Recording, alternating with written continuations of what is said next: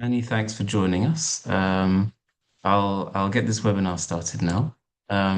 So just to introduce today's webinar. So it is titled "In Conversation with Civil Society: Global Migration Frameworks in an Era of Mass Displacement." So thank you all for joining us. My name is Samuel. I'm excited to moderate this conversation, and I, for my part, work with Civicus, which is a global civil society organization, and I'm also a part of the Insured project, which is this webinar is a part of the Insured project. So to briefly introduce this, it is a research consortium which studies how the EU and its member states can better defend multilateralism and make global governance more robust, effective, and democratic. There are a series of research reports, and all of these assess the state of play in different areas and investigate the EU and other international actors' strengths and weaknesses, with the goal of defending and transforming multilateralism.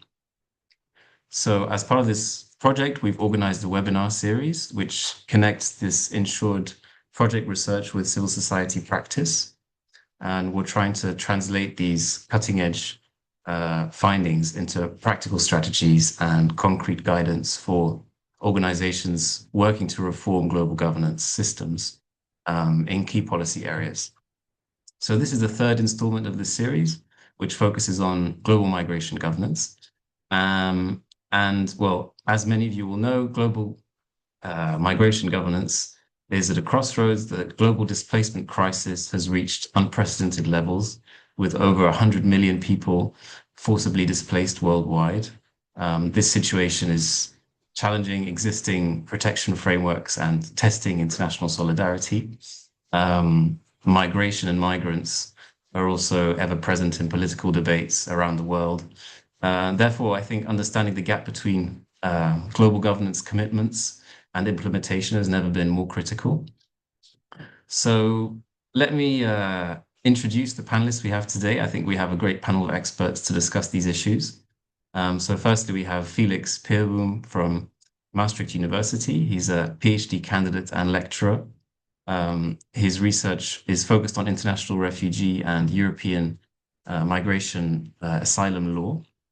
He is the author of the Insured Report on Transforming Global Migration Governance Through and Beyond the Global Compacts, alongside fellow researchers Lilian Sourdi and Michael Kenkel.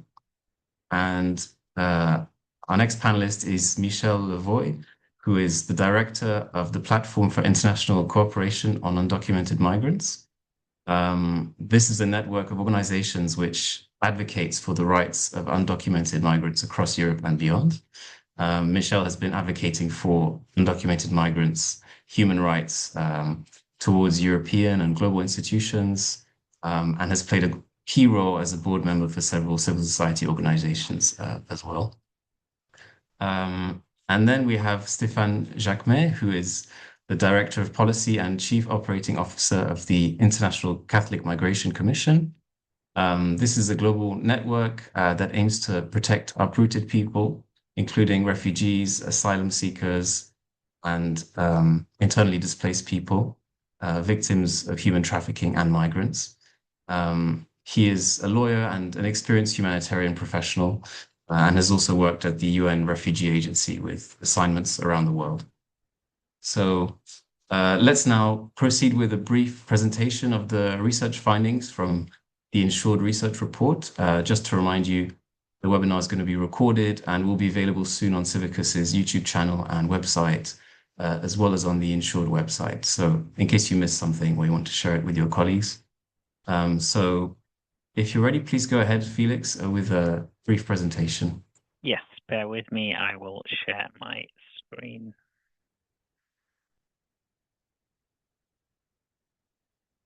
Okay, I think you should be able to see my slides now. Is that correct? Yes, thanks. Perfect. Then I will proceed. So I'll start. So thank you very much, Samuel, for the invitation. Thanks to the other panelists for joining us today. As indeed was mentioned, I will be presenting the report that I co-wrote with Lilian Sudi, also from Maastricht, and Kai from Rio. As I have a lot to discuss, I will dive straight in. What I wanted to discuss with you, so firstly, the report is, of course, available through the Intuit website. For details, have a look there. But what I wanted to do with all of you today is give you a bit of background information when we talk about the Global Migration Governance Framework and the UN Global Compact's role therein. I'll give you some bit of background information on that before then moving on within this framework. What have we identified as the 5 key major challenges facing that framework at the moment? Then thirdly, we'll move on zooming in on the global compacts and discussing both their achievements as well as also for them, their remaining challenges. And then finally, which is also, I think, very much will lead us into the discussion later on as well, where do we perhaps see all of this heading in the future? So that's the idea. But as I say, I'll start with a bit of background information. Before identifying and elaborating on the challenges that the Global Migration Governance Framework faces according to our report, it may be a good idea to set the scene a little bit. So what is global migration governance? Obviously, there's not a binding definition of any kind, but you see one on the slide here. It's the one used by the IOM. And what I've tried to highlight in the yellow box that you see in the slide is all of the plurals, right? The IOM speaks of frameworks, of norms, of laws, of regulations, etc. And why are all these things plurals? Well, it indicates that in global migration governance, there is no such thing as one single treaty, right? We do not have the International Migration Convention or anything along these lines. Instead, we have a bit of a patchwork. So certain topics are regulated. So some certain topics are not regulated at all, some in great detail, some in not so much detail, etc. So it's a bit of a tricky field in that sense. And I think the essence was already caught quite well in 1984. You see the slide, you see the quote also on the slide here. Lilic then described the framework as such as a giant unassembled juridical jigsaw puzzle for which the number of pieces is uncertain and the grand design is still emerging. So we don't know the picture of the puzzle that we're building in the end, nor do we know how many pieces we have. But despite all of that, in 2018, the United Nations decided to add 2 non-binding, importantly, pieces to the puzzle. They are non-binding, but they are quite comprehensive, and they are, of course, the 2 global compacts. So the one focusing on migration and the other one focusing on refugees. And as I said, these are non-binding cooperative frameworks meant to enhance international cooperation and especially also discussion on global migration. So that's a little bit of the background. We have an idea of what the governance framework is, as well as what the 2 compacts have tried to add in that sense. What are then the central challenges facing this framework? Well, as I already mentioned, we have identified 5 of them. You see them here on the slide. The first 2 that you see are what we call in the report also more entrenched challenges, in the sense of they were there already before 2018, already before the global compacts were adopted. So what are these? Well, firstly, when we look at the big chunk of labor migration, even though there are global level rules on this stuff, the ILO has 2 conventions, there is the ICRMW.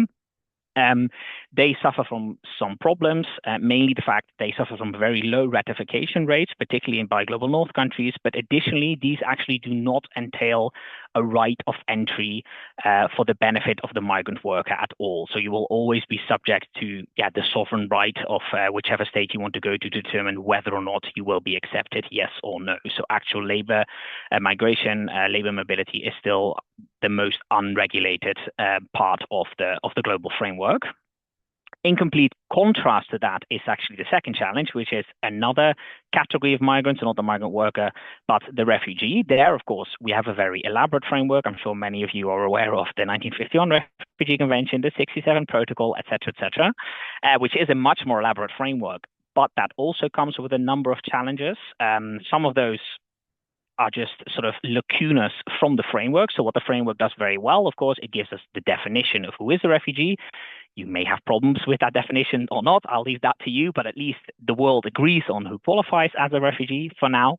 There is, of course, an incremental set of rights, right? So Article 1, the definition functions a little bit as the gateway. And if you make it through the gateway, then incrementally, the longer you are in a state of reception, the more rights you are awarded, which, of course, from a protective perspective, is also a good development.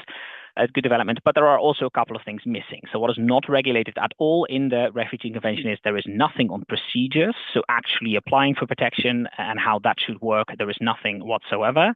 And particularly pressing, I would say today, there is also nothing on global responsibility sharing. So still today, we know what this has resulted in. The great majority of the world's refugees are in countries geographically much closer to most of the world's armed conflicts, as well as, of course, relatively poorer states. A third big problem related to the Refugee Convention is the fact that, well, for states, the obligations only really kick in once a person is able to make it to their territory. So if as a state you want to avoid all of your obligations under the Refugee Convention, what do? You adopt all kinds of, well, you can call them non-entrée or externalization, or there are many terms for this, but all kinds of policies to simply prevent people from ever reaching your territory. And then there is not that much that binds you. So these are challenges related to the framework that already existed. Then, of course, the question is, well, did these two new instruments of 2018, the Global Compact, help overcome those challenges? And that is also a little bit of a challenge because, as you see on the slide, the compacts themselves also have significant challenges.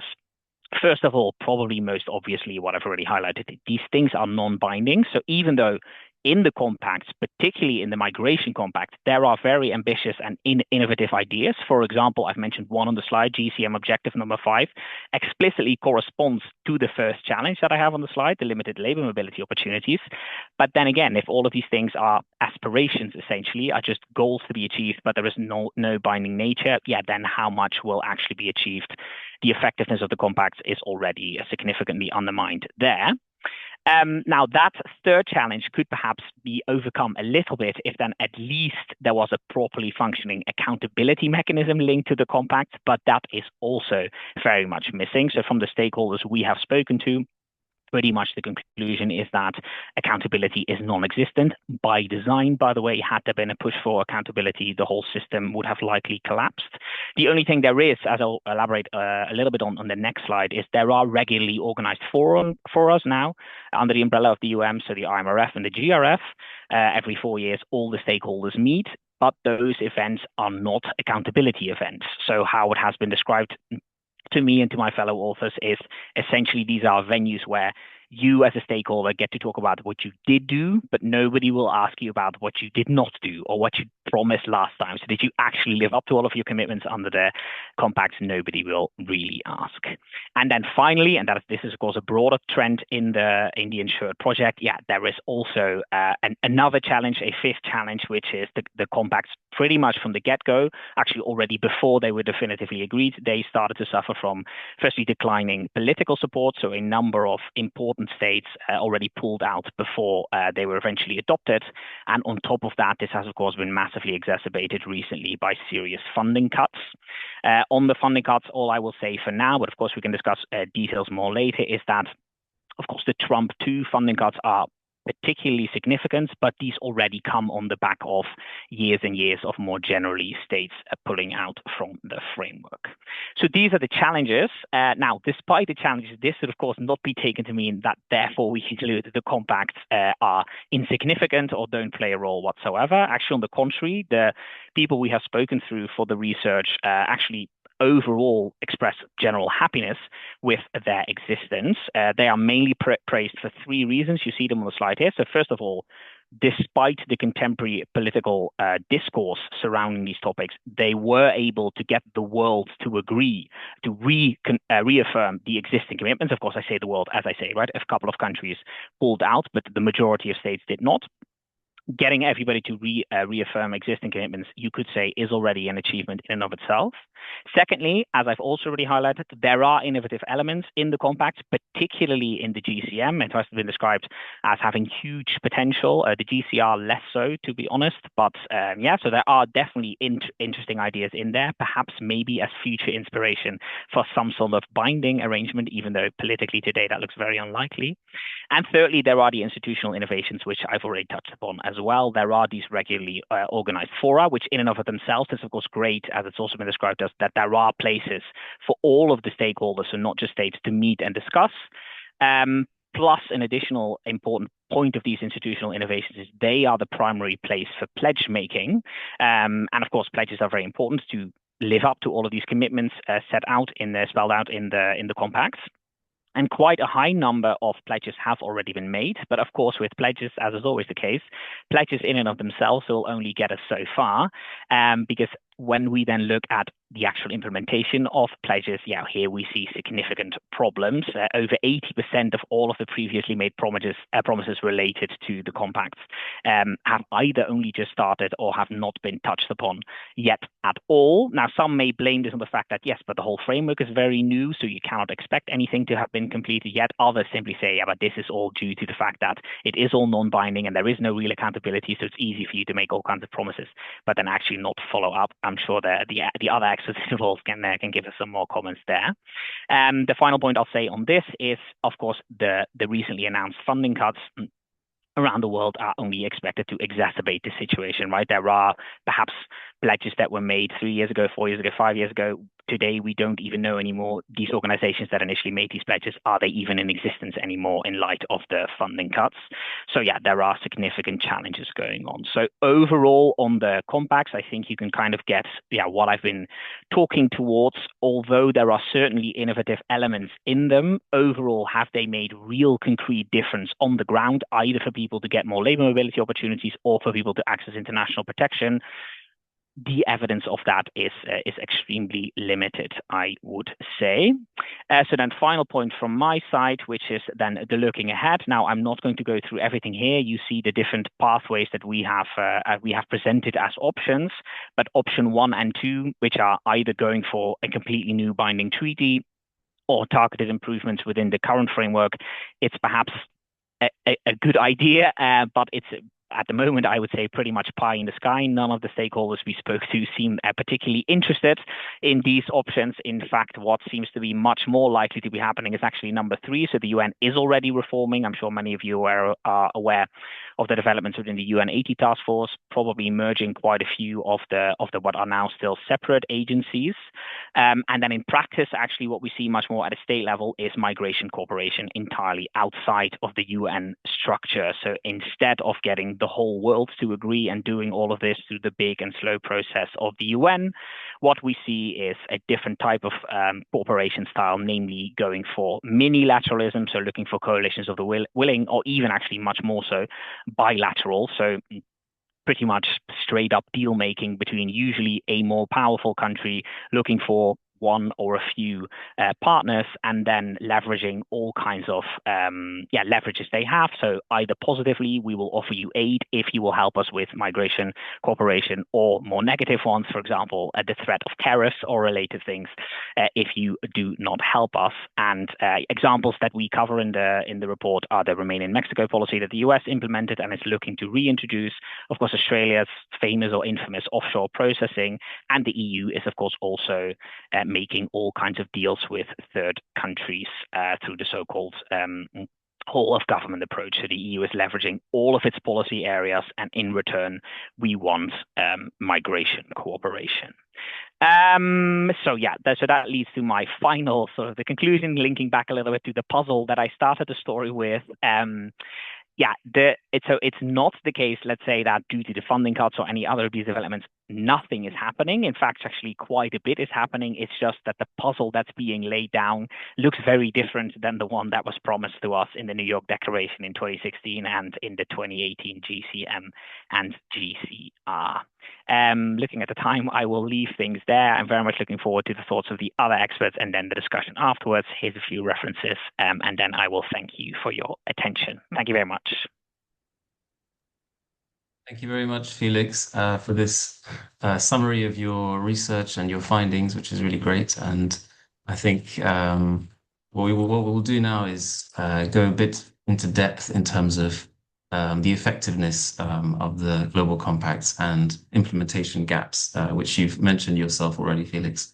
So the first question that will kick us off is for you, Michel. So I was wondering if you could let us know how well do the global compacts translate into concrete protection for migrants on the ground? And from the organization's work with undocumented migrants, where do you see the most critical gaps between theory and practice? Yes, thank you, Samuel. Thanks for the invitation to contribute. Thanks, Felix, for that wonderful presentation. Very interesting. And thanks for sharing the link, Samuel, so that we can look at that more in depth with the findings. I wanted to kind of, yeah, so our work as PICUM, we're based in Brussels. We work especially kind of towards the EU institutions, but also the UN. So I wanted to draw on a lot of examples kind of on how we see it like from both member states level in Europe, but also the EU.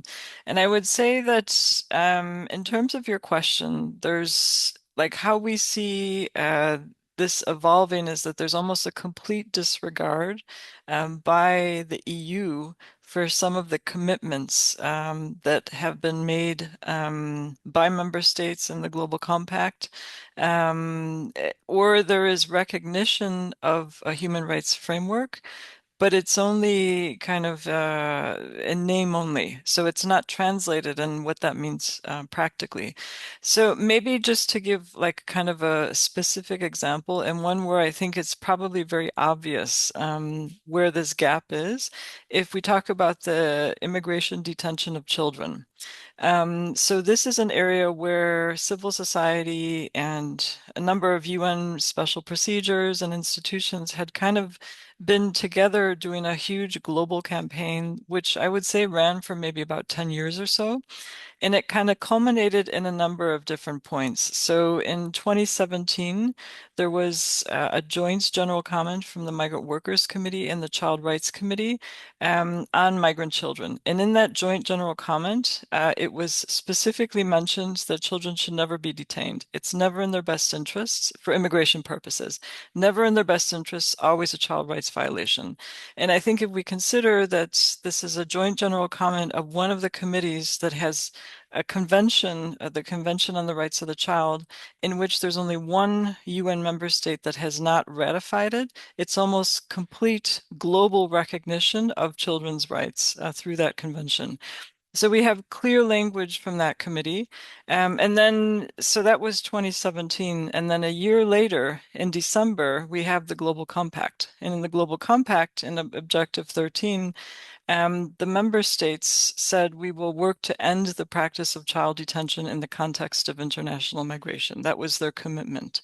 And then we get to the point where I wanted to kind of come in and then, so how do you see this translating then in practice? So less than 2 years later, in September 2020, the European Commission proposed its own pact on migration. So also interesting to bear in mind that when December 2018, the Global Compact ceremonies took place, there were at least 2/3 of EU member states who had adopted or kind of adopted the Global Compact. So in 2020, when the Commission proposed the new pact, it was also kind of collaborating or, like the European Commission works very closely with EU member states. So 2/3, 2 years before, had said, we will work to end child detention. So when the Commission proposed its new pact in 2020, it did not eradicate immigration of children, and it proposed measures where children could be in border procedures while they were awaiting entry into the EU for months at a time. Granted, the response was that it was not immigration detention, but still, if you're in a border procedure and you can't leave, how different is that? So it is closed and is restricted. So then the other element to consider is in March of 2025, the European Commission proposed the return regulation, which was to revise the legislation on return. The framework on return in the EU is from 2008. So what is of interest, I think, here is that reassuringly, Article 18 of that proposal said that the best interest of the child should be primary consideration when applying the provisions. Yet the proposal allows the detention of children. And now member states are considering even longer periods of detention of children than is what is currently in this proposal from last year. So we see that I gave this example because you can trace it in terms of key moments in time, but also how the policies then respond. But we also are very worried about this proposal to revise the return regulation for other areas where it jeopardizes the commitments of the Global Compact. So, for example, Objective 15 of the Global Compact is on access to services. When the European Council, so the member states in December of last year, kind of came up with its own position on what the return regulation could be, it added an additional article than what the Commission had. So the additional article is Article 23A, and they call it investigative measures.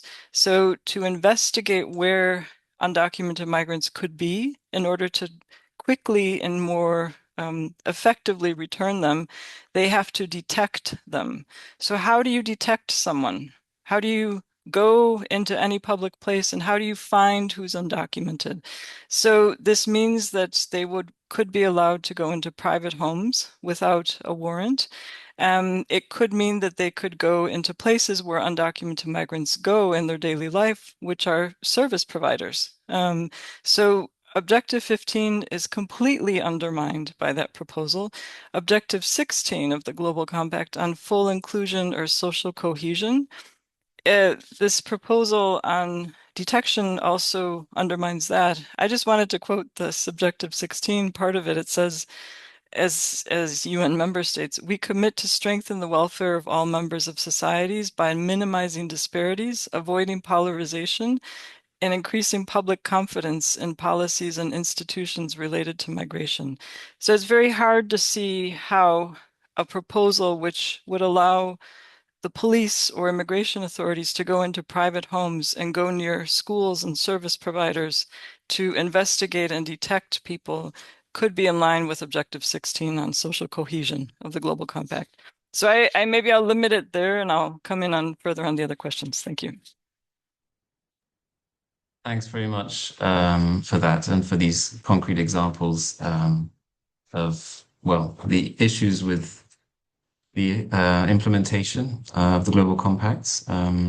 Anyway, I would like to move on now with Stefan. If you could give us some examples, perhaps from your experience across different displacement contexts, if you could share how the global compacts have had an impact on refugees and what determines whether these frameworks work in practice versus just existing on paper.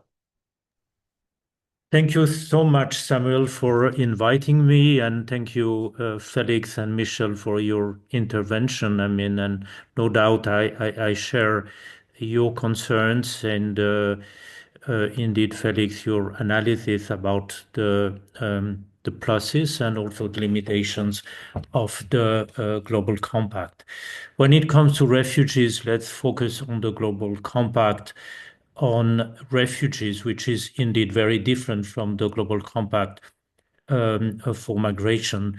It's less ambitious, and I think it has very clear focuses.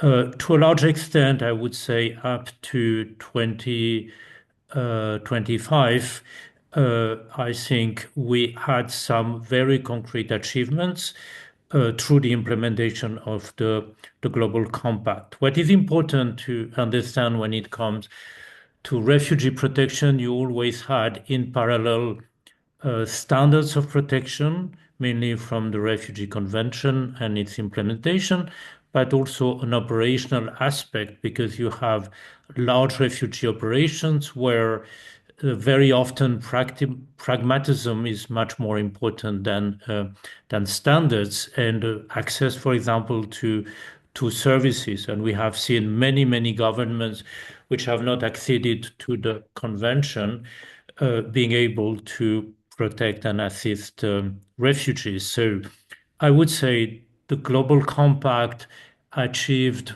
I would say, increased international cooperation and involvement of new actors, and in particular, development actors.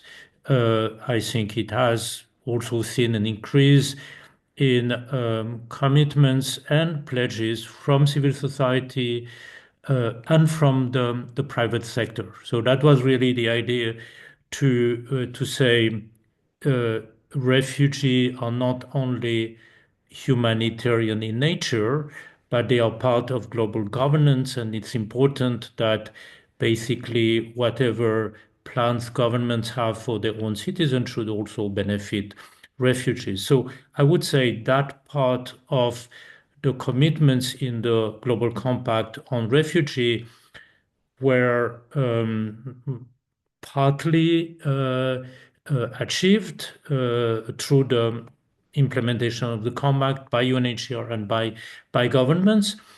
At the same time, there is also a slightly negative aspect in this focus on the global compact is that there was then a tendency to make much less reference to the Refugee Convention and much less reference to protection standards.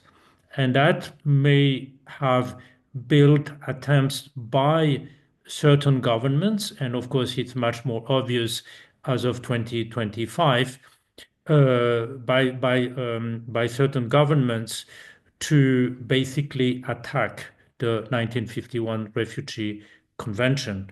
And I think the type of attacks we are witnessing at the moment are much more than the attacks that we had in the past. It was always the case, but in the past, I would say those advocating for basically limiting the rights in the convention were basically counteracted by those asking for an expansion of the convention. So then it was a kind of a neutral exercise. Now I would say that those on the negative much more powerful than in the past. Just a quick word about 2025. Trump's inauguration, 4 days later, he started freezing all humanitarian aid from the US to almost all humanitarian operations around the world. Since then, we have seen something like a reduction of about 35%, even 40% of the global financial envelope for humanitarian operations. So now I'm not sure that the real debate is around the implementation of the Global Compact, but how much we can save at the moment, because there is really the willingness of many parts to basically destroy the system. Thank you.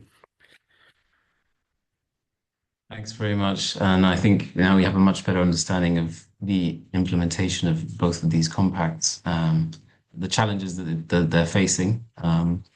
And I wanted to ask you, Felix, as well, something about your research, because it shows that the global compacts are increasingly being bypassed now by bilateral arrangements outside the UN framework between states. So what mechanisms could address the unequal distribution of displacement responsibilities between regions and countries, in your opinion?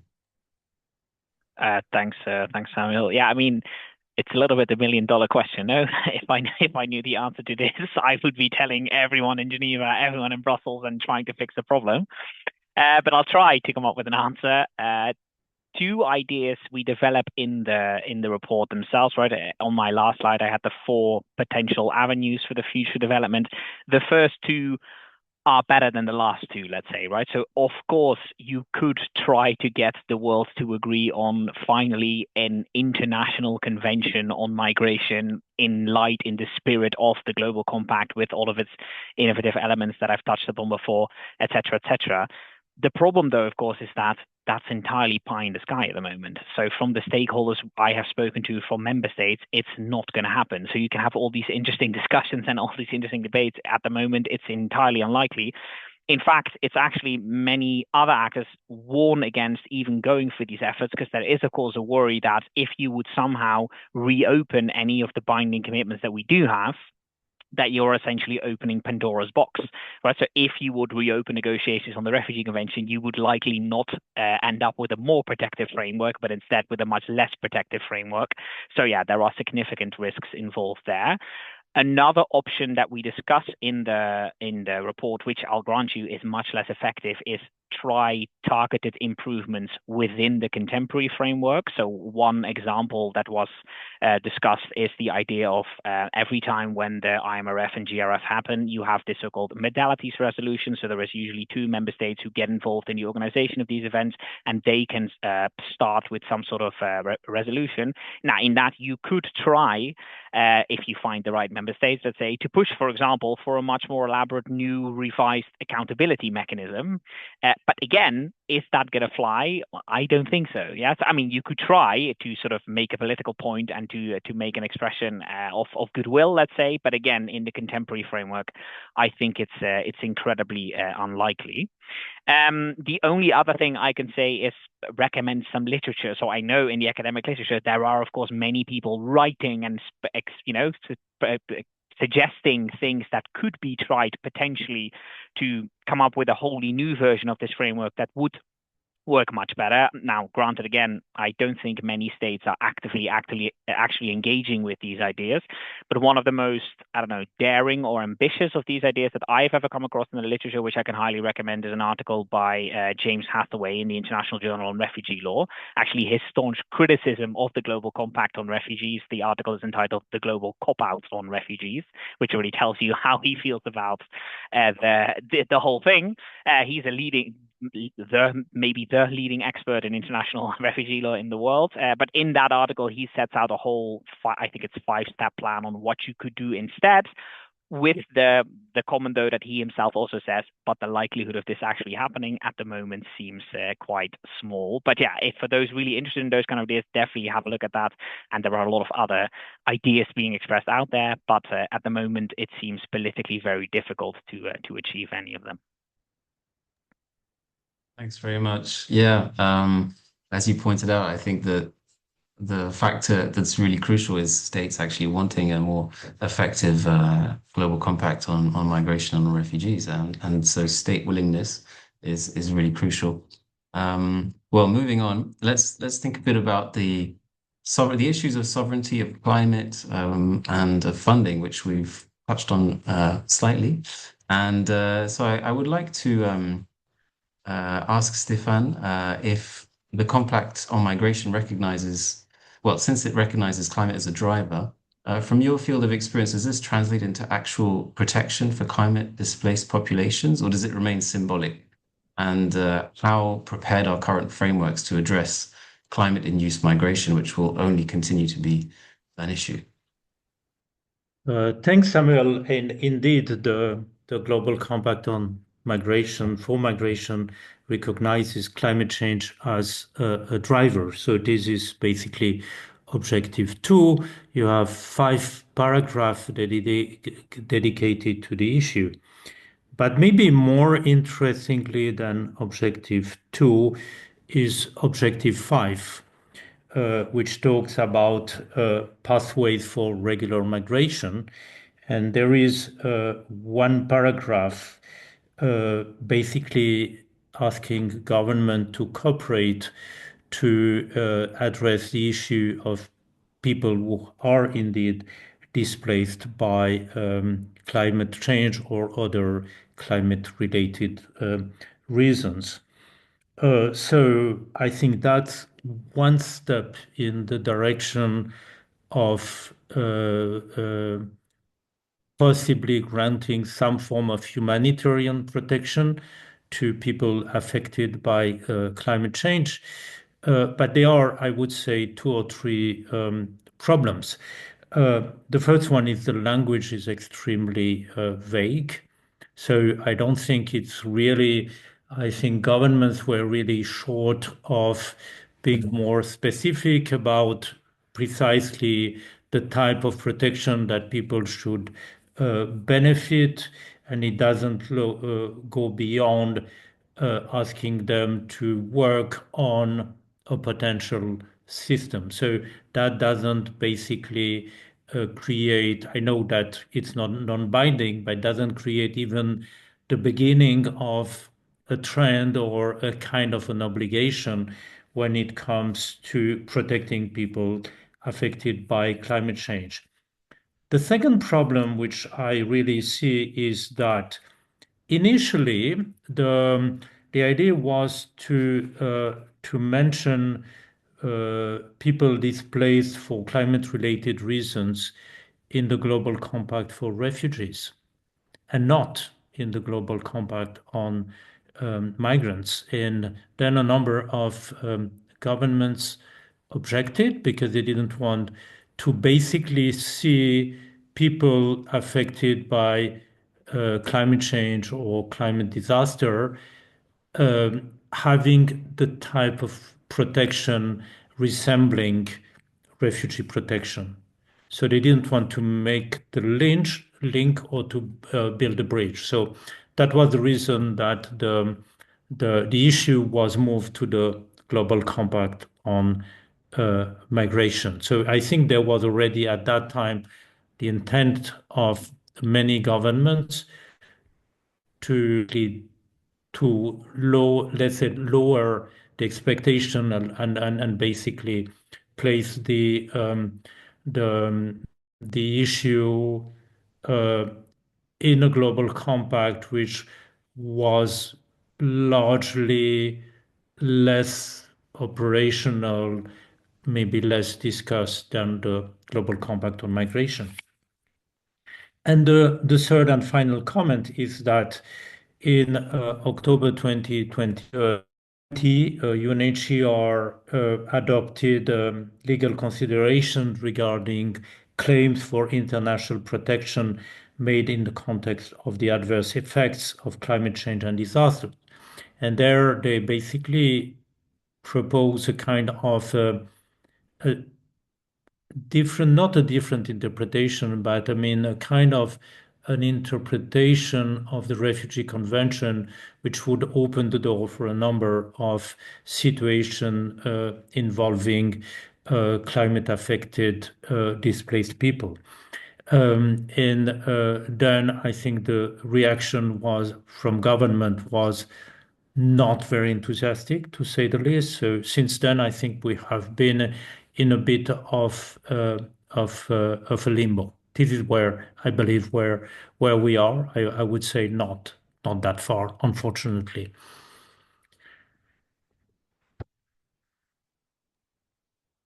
Well, thanks very much for that description. I suppose we're still far off where we need to be in that sense, but let's think about now another crucial challenge which is facing the global compacts and organizations in civil society, for instance, which is funding. So, Michelle, in your view, what impact are funding cuts having on organizations working with migrants and on migration governance overall? Yes, thank you for that. I kind of see this in in a couple different ways. So, Stefan mentioned kind of the big cuts that came at the beginning of last year, USAID, UNHCR, other kind of this bigger institutional donor landscape from the governmental side. So on the one hand, we see that there are these kind of cuts across the board, which, as Stefan was referring to, has really decreased a lot of the humanitarian response. And that has also then, like even within PICOM, we're a membership organization, a number of our members in certain parts of Europe might have received some funding through UNHCR, for example. So that would have meant that smaller organizations are also quite impacted, but not across the board. It would have depended kind of where they were getting their funding from. So I think what we've seen then is, as a response to a lot of that, that a lot of private funders have then tried to fill the space that some of the institutional funders are kind of pulling back from. But even in doing so, they are also kind of impacted by a lot of the political context. And so we are also seeing that funders which have previously, like we work on undocumented migrants' human rights. And so with our issue, it's already quite challenging with a lot of the funding frameworks because a number of the funding frameworks are very restrictive concerning resident status. So this is the case both for EU level funding as well as funding at the national level. So they require regular resident status. So then private funders have tended to kind of fill that space to be more progressive in a sense, private donations, private fundings. But then even private funders are also kind of now being a bit more, they've had to fill the gap. And so they are also kind of pulling back in a sense. So what we've seen is that on certain issues within the migration civil society space, it already was difficult for many years. So, for example, those who work on undocumented, they've always felt difficulties because of all of these restrictions on resident status. And in this current context, it's even more so. The other point that I would add as a reflection is that there's increased scrutiny from the far right, especially at the EU level, on civil society funding overall. So whether it's in the space of migration, whether it's in the space of environment, whether it's in the space of gender equality, women's rights. So there's increased scrutiny within the European Parliament on this, increased demands from the European Commission. So this is something that we all have to kind of be aware of because it's also targeting the funding that's the public funding and also trying to create kind of a narrative around how that funding might be, questioning how the funding might be attributed when in fact there are very, very strict procedures already in place for public funding. And the third point that I would also add is that when we talk about influencing the implementation of the Global Compact, we always should bear in mind kind of the people who experience precarious resident status, who experience migration themselves as being part of it. And I think that the Global Compact really underlines that. So people who are in a situation of migration and especially who would have like a very precarious status should be part of this. And we see in our organization members who are migrant community led, who are doing excellent work, but who also struggle already and have for many years to get funding.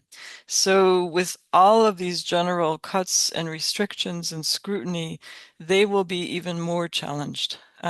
So we have to kind of bear this in mind when we also talk about how we move forward and making sure that people who experience this are also at the center. What does that mean then in terms of even how they do their work? So I would maybe leave that as certain reflections and happy to elaborate further. Thank you. Thanks very much. Yeah, so I think this funding issue is crucial for civil society as a whole, as you mentioned. But I also wanted to hear a bit from you about this, Stefan, in terms of how the funding crisis affects ICMC's and civil society's ability to support migration governance on the ground, and what the human consequences are of this as well. I would say, unfortunately, very much so, in the sense that our major program were basically financed by the US government. So we were the partner of the US government to do resettlement work in Turkey and Lebanon. These programs were cut 4 days after Trump's inauguration. So that was quick. And of course, my concern in terms of advocacy and in particular about migration is that for any organization, you need to have a certain level of programs if you want to basically invest in advocacy. So basically, if you have a bit of a surplus, you can recruit one or two advocacy officers or policy officers, and then you can complement the operational work, which is great because at the same time you are an operational agency, but also an advocacy agency.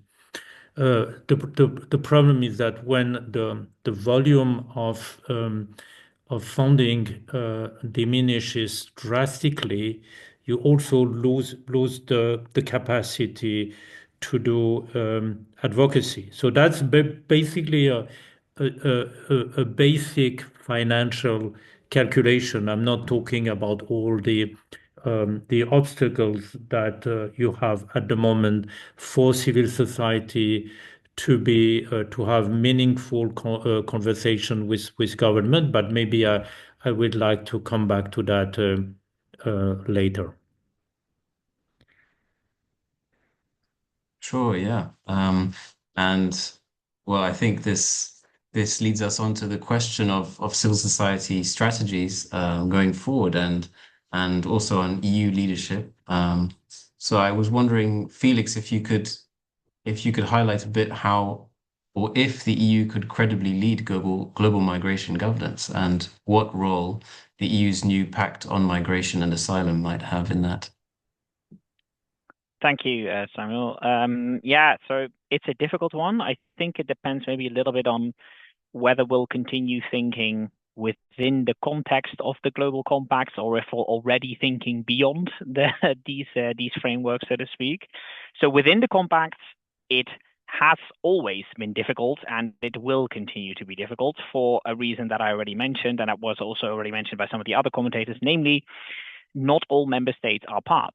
Right. So for the Commission or for the other institutions, it is actually very difficult to refer to these documents if they don't suddenly want to have all kinds of upset member states knocking at their door. We heard this also in stakeholder interviews throughout the process that because I asked the question even sort of why in the new pact, if you look at the new pact measures, even in the preambles, so the non-binding part of the legislation, there is no reference whatsoever to any to either compact, even though, as Michelle also mentioned, they were agreed just 2 years before. So you'd think surely there is logical overlaps here, and I mean. The main reason that was suggested to me is that exactly this. The Commission cannot, even if it wanted to, which I'm not sure if it would want to, but even if it did want to, it cannot do so for the sake of some member states would immediately say, hang on, we're actually not all a part to these compacts. So clear-cut references should not be made. The only references I have been able to find are in some of the agreements that the EU was making with third countries. So in 2023, there was the Samoa agreement with a couple of countries mainly in the Pacific region of the world. And for example, in one of the articles, I think it's Article 63, you have, for example, the phrasing of safe, orderly, and regular migration, which is, of course, the title of the Migration Compact. So is that an implicit, indirect reference to the Migration Compact? I don't know, but it probably would be, right? Because otherwise it would be a real coincidence that these things overlap so much. So that has been a problem for the EU, and I think it will continue to be a problem for the EU to really lead on the global compact within this framework. When we think beyond the framework, I mean, I think it will also be difficult in the sense of quite a few of the people we also spoke to for the research told us that, yes, in light of the funding cuts that were just discussed and other developments in geopolitics, we were told by stakeholders, so in the past, we would have looked to our European partners, but we can no longer do that, right? This is highlighting a little bit that the Trump cuts, as I also already said in my presentation, they come on the back of years and years and years of also European partners rolling back their funding and withdrawing its support from all of these frameworks. So how credible is it then to now suddenly act as though you're the leader on all of these fields? I think it's difficult. And I think here there's also a little bit of a link to what Michelle said before as well. Here, I guess you get a little into the difference between what is being expressed in political communications and what is actually being done on the ground, right? In political communications, of course, most of the institutional actors will say, yes, we find the compacts very important. Yes, we support human rights. Yes, we do, et cetera, et cetera, et cetera. But then if you look in practice, right, so Sam, your question was also on what about the new pact? Yes, if you think about the new pact, the EU is fully going along with the trend that we identify in the report of going for minilateral or actually mostly bilateral arrangements, right? The EU itself is now making all kinds of deals with third countries and in fact is revising already some of proposing to revise some of the new pact policies, right? There are already a proposal to revise the asylum procedures regulation that hasn't even entered into force yet to expand the use of the safe third country concept. Michelle already referred to the revisions being proposed on the return regulation, etc. Yeah, these even enhances even further, right? The Commission is essentially implicitly supporting member states. You go out and make all these kinds of bilateral deals with third countries. That way, firstly, we are not responsible for them. And a practical example you can take is, of course, the Italy-Albania protocol that has been in the news a lot. It's essentially the Commission, giving implicit, explicit support for these policies as well, which in and of themselves all very much contradict all of the way less transactional, right? All of these deals are super transactional in nature. Ambitions set out in the global compact. So I think in both of these scenarios, either if we really stick within the compacts or even beyond them, it's quite difficult for the EU to really take up a lead for practical reasons as well as for policy reasons. Yeah, thanks very much for your points on that. I think it's very true. It's very difficult for the EU to act as a leader in this scenario. And so let's think a bit now about how civil society can try and influence global migration frameworks. So I was going to ask you, Michelle, how can civil society organizations effectively influence global migration frameworks and national implementation while trying to build public support as well? And what strategies have proven most effective in your view? Thanks for that. Yeah, I wanted to give a couple of examples where we've seen kind of how civil society, and which is a broad definition basically, is influencing, especially like we see this within the EU, kind of the regional body, and then also how that is at the national level. But then, also kind of how do you translate a lot of these principles or these standards from the global migration frameworks into those different levels? So the one word that I would say, and this is also drawing on kind of Peakham's experience in working on an issue that within migration, so undocumented migrants or irregular migration within the broader migration policy or frameworks already is quite contested. So like this is the issue that we work on. So the examples that I give are really where we've seen that it's been quite impactful in a very difficult issue. But I would say that the one key word that I would give is alliances or coalitions. Like I would say this is really what I would say for all of the examples that we have. Like where do we see success in a sense translating what the standards are or what the ideals are and like the higher level frameworks to the regional, the national, the local level? It's really only through alliances, like in coalitions. So like, and sometimes they can be in different ways. So one example is there are seven, there have been seven research consortia funded by DG Research on irregular migration. One of them has already finished, called MIRAM, looking on data and estimates. There have been three on return and readmission, and there's three on living and working conditions of undocumented migrants. So and Peakham is a partner on four of these seven. So we're quite connected now to many, many researchers in Europe looking at undocumented migrants and irregular migration. And so when the European Commission made this proposal for the return regulation in March of last year, thanks to kind of a number of kind of attempts at trying to share information from a lot of these research consortia with DG Home before that proposal was launched, there was a reference in the kind of this preamble of the return regulation to a number of those consortia's findings being taken on board.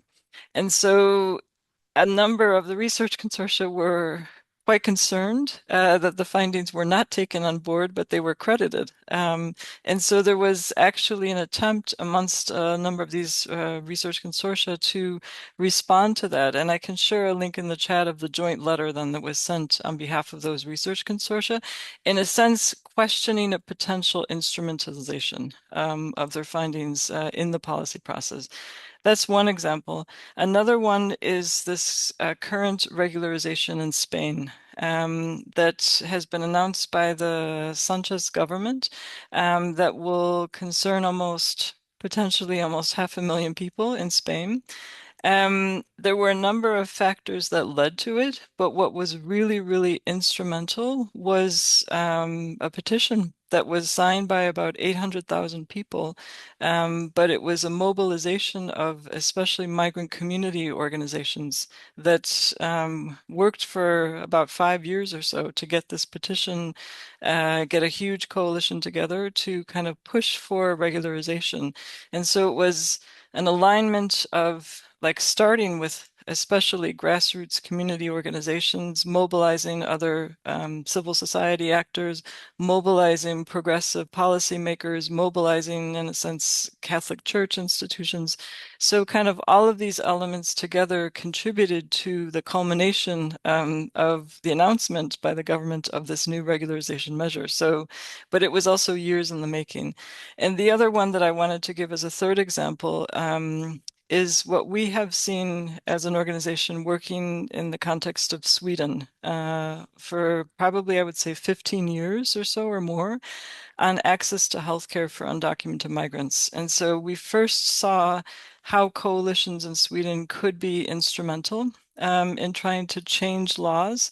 So there was a law that was changed in 2013 in Sweden to give broader access to healthcare to undocumented migrants. But that law change in itself was a result of kind of a coalition within Swedish society. There was the Right to Health initiative that was probably about 80 key civil society organizations, trade unions, kind of the majority of public health professionals. The visit from the former UN Special Rapporteur on Health, a parliamentary inquiry. So all of that culminated in the first law change in 2013 to broaden the access. So that was hugely progressive, hugely instrumental. But then when the right wing came into the coalition government, kind of, I think it was late 2022 in Sweden, the new government proposed to increase return in Sweden. And to increase return, they also wanted to enlist the support of public service agencies to try to find and detect undocumented migrants. So there was a proposal in the return national legislation to require these agencies to denounce undocumented migrants. So there was a huge government investigation, and in November of 2024, the Swedish government released the results of that public inquiry, and they said that only 7 agencies would be required to report. There would be exemptions for health services, schools, social services. However, there are still 7 agencies that still have to report. So, for example, the Swedish Red Cross has said the fact that the tax agency is obliged to report to the police authority makes them wonder about that agency's relationship to local social services and what this means for women who are gender-based violence victims. So you can find links throughout. So the fact that 7 governmental agencies will be required to report is extremely worrying. But what I wanted to highlight with this was that the exemption of the 3 was due to a huge coalition, so a huge pushback. And this time it was kind of a lot of the key players that got the first law change, but in addition, a lot of universities and local authorities.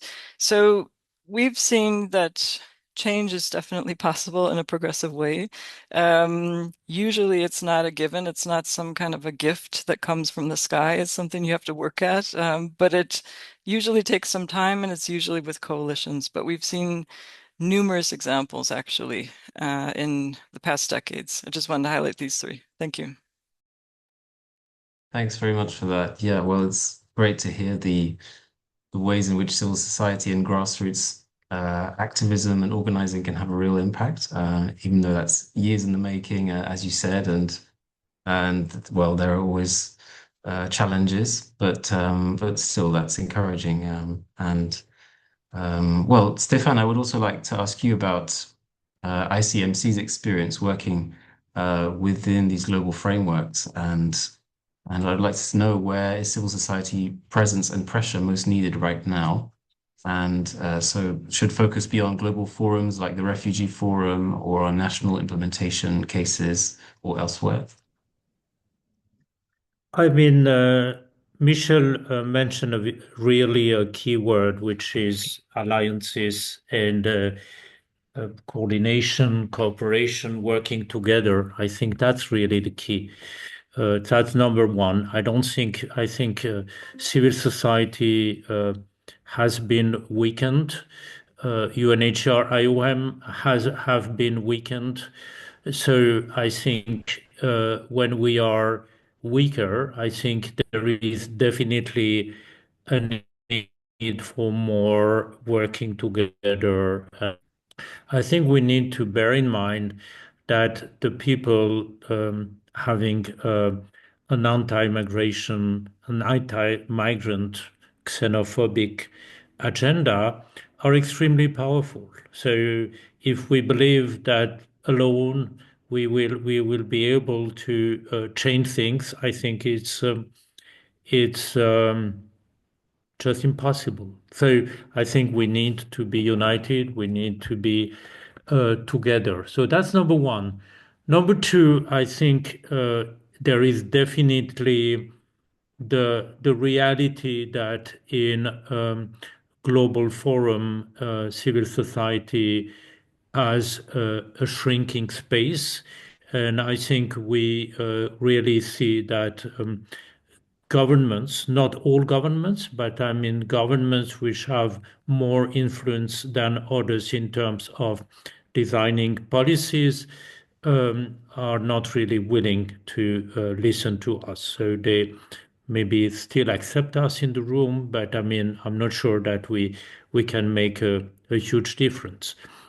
And of course, if you, for example, take the International Migration Review Forum, which will take place in May, um, uh, we are not sure how many civil society organizations will be able to participate. I mean, um, a number of them come from countries which are blacklisted by the U.S. government.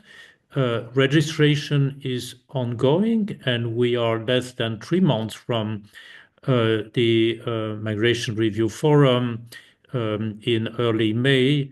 And we know that depending on the country, if you want to have an appointment at the US Embassy, you may have to wait 12 months, sometimes 6 months, at best between 2 and 3 months. So the likelihood that there will be real diversity, which for me is something extremely important in civil society participation, is, very meager. So it means that we should not really invest too much in those formal processes. I still believe that we should be there, but we should also be loud outside the room, protesting, but also building alliances at the ground level, at the field level, where policy may not be adopted, but where policy are being implemented and have an impact on migrants. So I believe that's where we can make the difference, as Michel said. Thanks very much. That's really important to hear, and I think it's great to know for civil society going forward, especially looking forward to this to the upcoming refugee forum. And I think we need to keep thinking about how civil society can organize better and be prepared for these new challenges and old challenges we're facing. Um, Felix, I was wondering as well about the alternative mechanisms for migration cooperation outside the UN umbrella and how these are gaining popularity. And I was wondering how these regional initiatives and bilateral agreements, which are becoming more common, uh, Do you think they could be effective in some way, or do they represent dangerous fragmentation that undermines universal protection standards?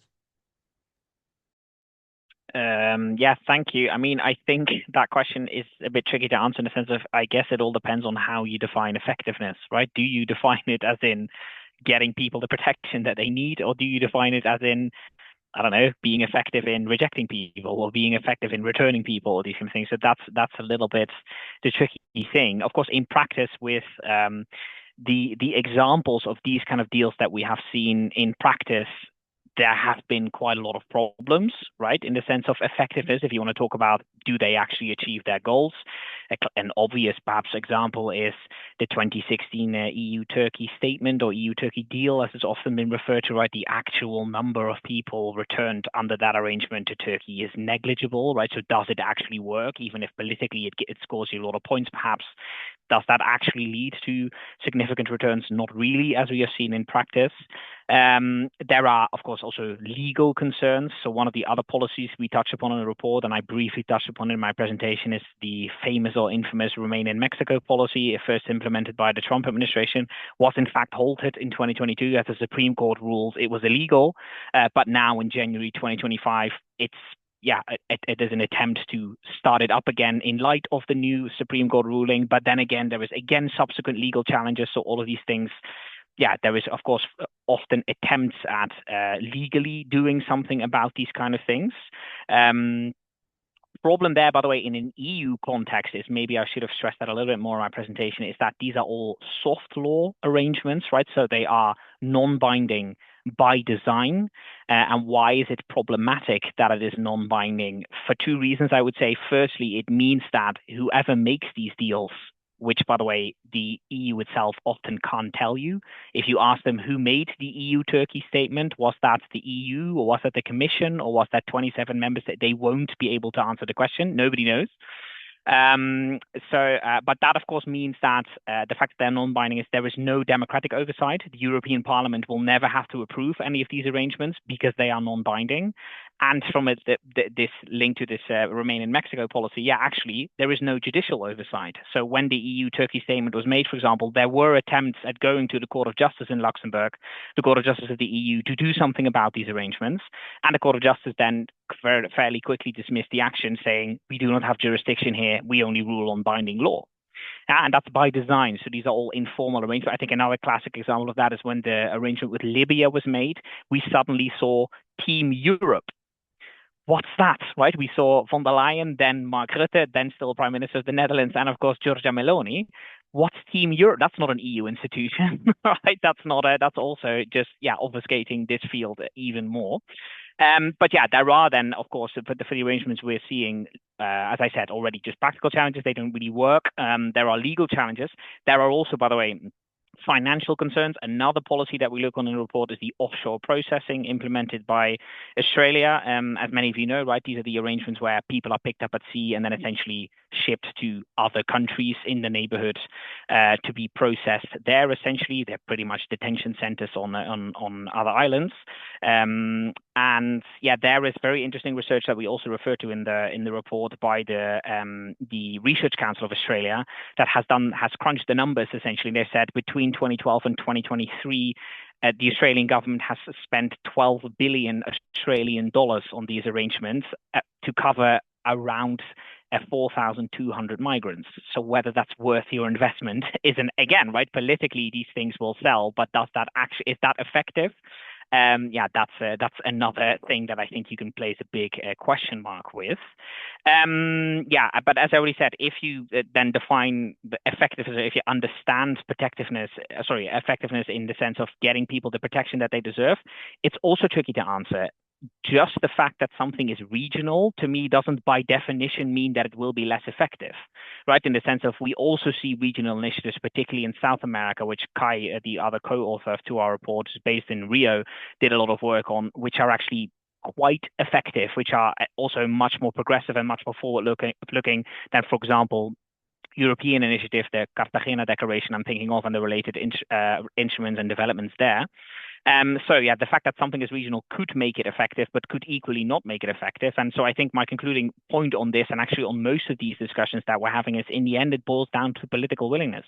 But if there is political willingness on the part of the people who have the power, yeah, we can achieve a lot in these things. But if that political, a classic example is right, the triggering of the temporary protection directive, maybe in the EU in 2022, suddenly everything was possible. People can go to whichever member state they want. People can immediately join the labor market. People can immediately send their kids to school, et cetera, et cetera, et cetera. Why was that triggered in 2022 and not in 2015, for example? There may be racial dimensions, there may be other dimensions. There's a lot of criticism, of course, on this. But in the end, even the experts, the legal experts on this stuff, all said it's political willingness. If there's political willingness, we can do whatever we want.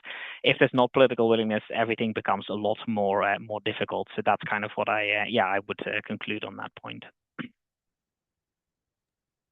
Thanks very much. Yeah, once again, political willingness comes back to the fore. Well, thank you so much for your points on all these questions. That's given us a lot to think about. I just wanted to quickly go through the panelists now to see if you have any concluding remarks. Are there any final points you'd like to say about changes that are most needed or where civil society could focus its efforts? And I would start with you, Michelle, if it's possible. Yes, thank you, and apologies that I'll have to leave soon after. But yes, I think we can definitely focus our efforts on trying to keep what is there. I think, Felix, when you were talking earlier about, we hear this quite a bit on the EU level, don't suggest reopening certain instruments if they have some level of protection because you don't know what you'll get afterwards. So, I mean, you hear this quite a bit. So in a sense, we have to try to focus, especially where there are protections, on implementation. And implementation means having enough resources for civil society, which includes all types of organizations, migrant community researchers, etc., to have resources to actually do the work. So we need to make sure that there is enough support for this, but that also that there's no criminalization of people from civil society, whether they're migrants themselves, whether they are actually doing a lot of this humanitarian support work in this area, that they themselves should not be criminalized for doing so. So this also is one of the aspects of PICUM's work, is trying to see and monitor if there are court cases against people for providing humanitarian support, if migrants themselves are criminalized just for being undocumented. So just, we have about 100 cases per year that we find just in doing kind of a scoping in the media. So it's definitely an undercount. It's most likely a huge undercount. But it does at least show kind of how the EU is also seeing these issues. So I think for us, we will continue to try to show what are the standards, where are the gaps, and how this is actually playing out on the kind of like in daily lives for people. So it's something that we're really going to be looking forward to continuing to work on. Thank you so much, Michelle. And thank you so much for joining us today as well. And yeah, best of luck with the work that you're doing going forward with PICUM. Well, now I guess Stefan, if possible, could you step in with any concluding remarks? Indeed, happy to do it. I believe that during the first 6 months of 2025, after the uh, earthquake coming from the Trump administration, I think I had the impression that we as NGOs, as civil society, we were in a little bit in denial, and we were under shock. And I think when we were meeting, we would often uh, basically not grasp the situation, and what it meant. I must say, civil society has proven to be resilient and to be, to say, okay, we lost a lot of funding, we fully realize that we have probably the biggest player in the world uh, advocating for and working on the destruction of the whole system. But we can fight back. We can fight back with our limited resources, with our limited means, and indeed we can fight back with, being united. And I must say that I have seen lately a lot of solidarity among civil society organizations, rather than fighting for the remaining budget, fighting for the same projects, etc. On the contrary, I think I have seen a very positive spirit, and the sense of responsibility that we have to preserve what still exists, and then to build from there and to go back to really profound ethical values. So, I mean, in that sense, what's happening at the moment is uh, indeed very worrisome, but I'm moderately optimistic when it comes to the role of civil society, but also international organization with the support of academics like Felix. Thank you so much. And it's great to hear that there's some optimism left, despite these new problems with the Trump administration, for instance. And well, Felix, please go ahead if you have some final points to add as well. Thank you. Thank you very much. Yeah, I mean, not so much, of course, right? I work much less in practice than our other two experts, so they have already shared a lot of good points. I think the only thing for me to still say on this, which is for anybody in the audience, right? Please just be aware of how all of this is framed and make others aware of how all of this is framed, right? Whenever you follow a political discussion on these topics, notice that politicians will say, I'm not against migration, I'm against illegal migration. But then nobody asks the follow-up question, okay, so what are the legal routes, for example, to come to the European Union? You deliberately they either don't exist at all or you're deliberately trying to destroy them. And yeah, that question is never being addressed and never being asked. In that sense, also the similar rhetoric that always comes along with that as well is we are trying to smash the business model of the migrant smugglers. Well, in fact, the fact that there are no legal routes to come to the EU means you are creating the business model of the migrant smugglers, right? If it was possible for people to come here legally, they wouldn't have to rely on a migrant smuggler, etc. Right? So that's mainly my point. So try to recognize this rhetoric and try to think through this rhetoric. Other examples, I was just noting a few down. One of them is the classic of the framing and the phrasing. I don't know why this happens in this field so much, but how often people would say, well, I am pro-migration or I am anti-migration, whereas I don't know, in economics, I've never heard an economist say I am pro-economics or I'm anti-economics, or a healthcare worker say I am pro-health or I'm anti-health. It's a weird, right? Migration is a fact of life. The discussion that we're having, obviously, and we should be having, is how do we organize it, and how do we organize it, as Stefan also said, in an ethical and hopefully human rights compliant way. But yeah, that's another one of those examples. And a final thing that I'd like to stress also, and try to picking up on these points as well, is often in these discussions, the elephant in the room, right? Nobody talks about the labor side of the story, right? All the attention in the political discussion is focused on refugees and asylum, even though that's on the long term about 9 to 10% of the inflow. And yeah, that's of course an odd thing, right? This is not so much part of the discussion, and the reason, by the way, from a legal perspective, is very obvious. It's because those who are refugees or who are asylum seekers have a right to enter, right? They have an exception to this, to the rule of state sovereignty, to keep or remove from their territory anybody who they do not want. Whereas with labor migrants, they can keep anybody out. So for states, it's much less interesting to talk about labor migration than to do something about this annoying system that has been created by the Refugee Convention and all subsequent legislation. But that's another thing to keep in mind as well. And the final point on that, it's another recommendation I've given a few already. Have a look at the work by Hein de Haas, well known in the Netherlands, political scientist and all this stuff, wrote a very interesting book called How Migration Really Works, talking about the main myths on immigration and migration. And yeah, one of his central points in there too is it's actually, if you are indeed so anti-immigration, whatever that might mean, is just ruin your economy and they'll stop coming.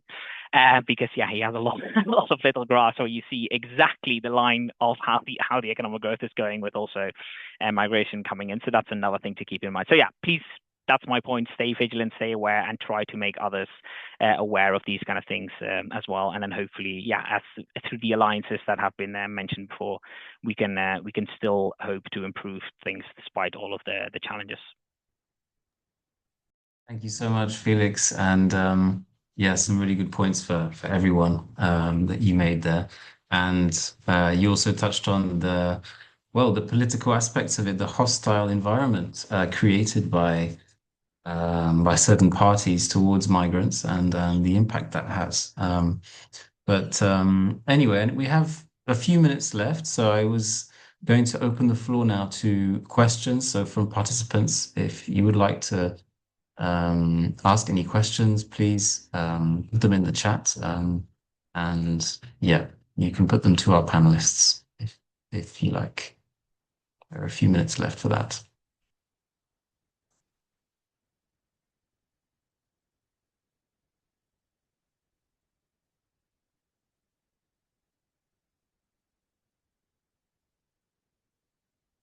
And also something else, Felix, I was going to say was if you could potentially link some of those articles that you mentioned or authors that you mentioned who sound particularly relevant in the Yes. chat, that would be great for us and Yeah, for so the the participants as academic well. article by Hathaway I have already linked. I'll try and find a link to the book as well.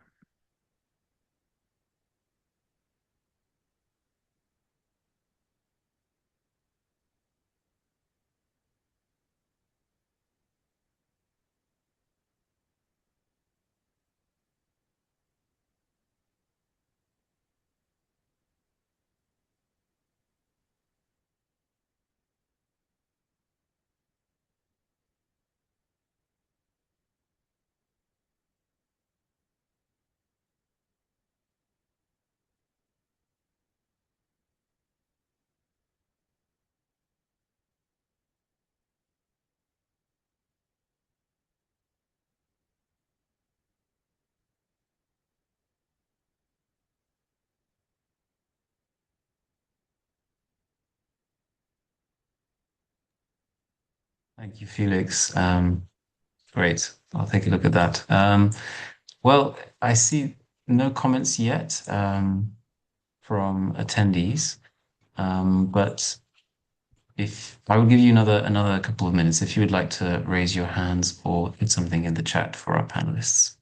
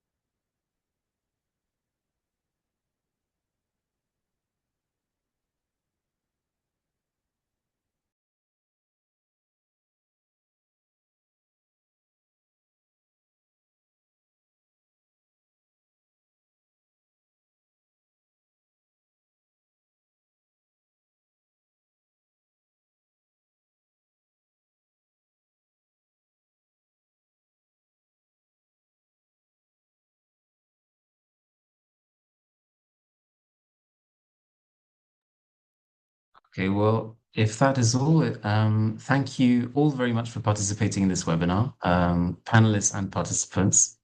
And a big thank you especially to Felix, Michel, and Stefan for the points. You provided us with crucial insights into the challenges and opportunities for strengthening global migration governance and for the strategies of civil society going forward.